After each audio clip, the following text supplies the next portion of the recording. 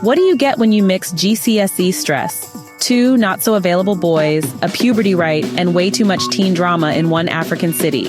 You get chaos, confusion, and possibly your next favorite young adult novel. Welcome to a world where your crush starts dating a supermodel, your ex won't leave your inbox, your friends are emotionally unavailable, and on top of all that, your grandma just volunteered you for a mysterious cultural ritual. No, this isn't my high school diary. It's way better. Let me tell you about Makeeda.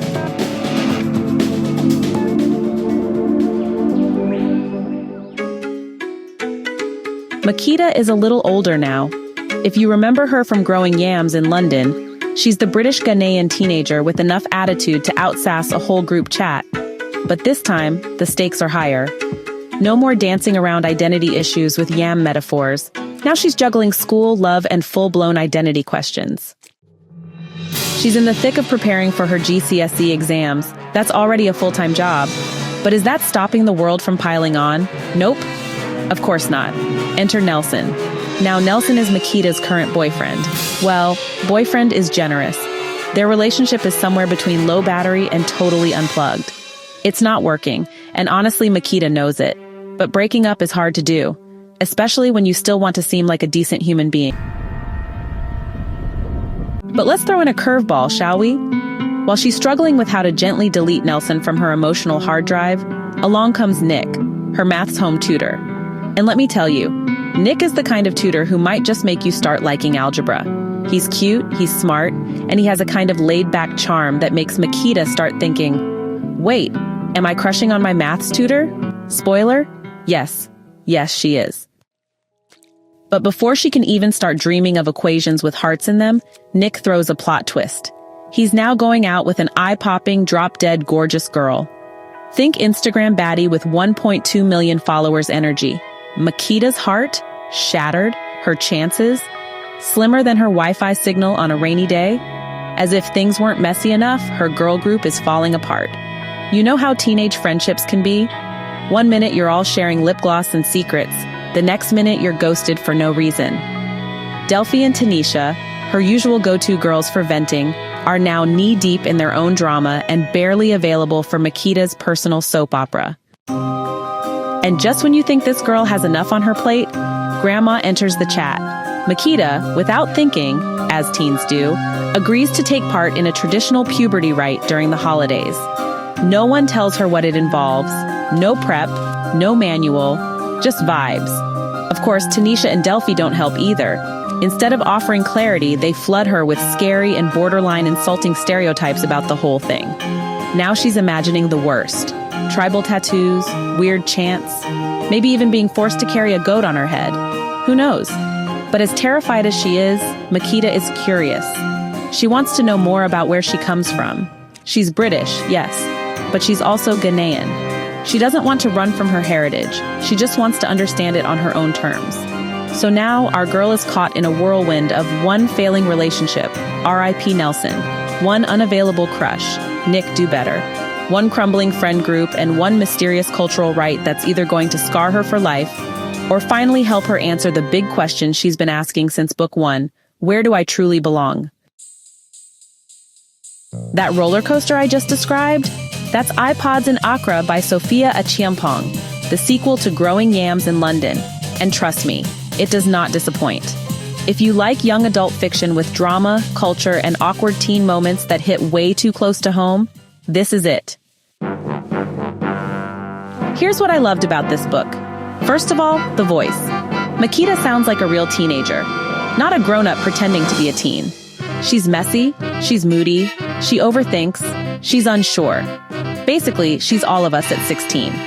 Sophia Acheampong writes with such a natural, unforced tone. It's funny in a way that doesn't try too hard. You'll chuckle, you'll wince in secondhand embarrassment, and you'll nod in recognition. Another thing I really liked is how she balances serious themes with light writing. This story touches on cultural identity, adolescence, and emotional growth without becoming too heavy. It's never preachy, it's just real. I also appreciate that even though this is a sequel, it stands well on its own.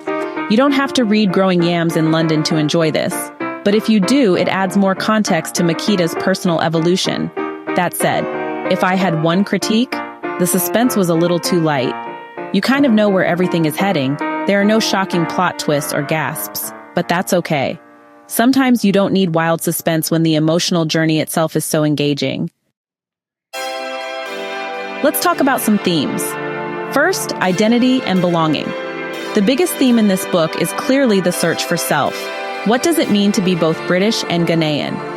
Can you embrace two cultures without feeling like you're betraying one? Makeeda's journey is about reconciling those two parts of herself, and it's handled with so much nuance. We've all been there, that awkward, painful, cringy first love. Sophia gets it just right. The triangle between Nelson, Makeeda, and Nick feels juvenile, and that's exactly why it works. It's not meant to be a steamy romance. It's meant to be messy and cute and confusing, just like teenage love really is.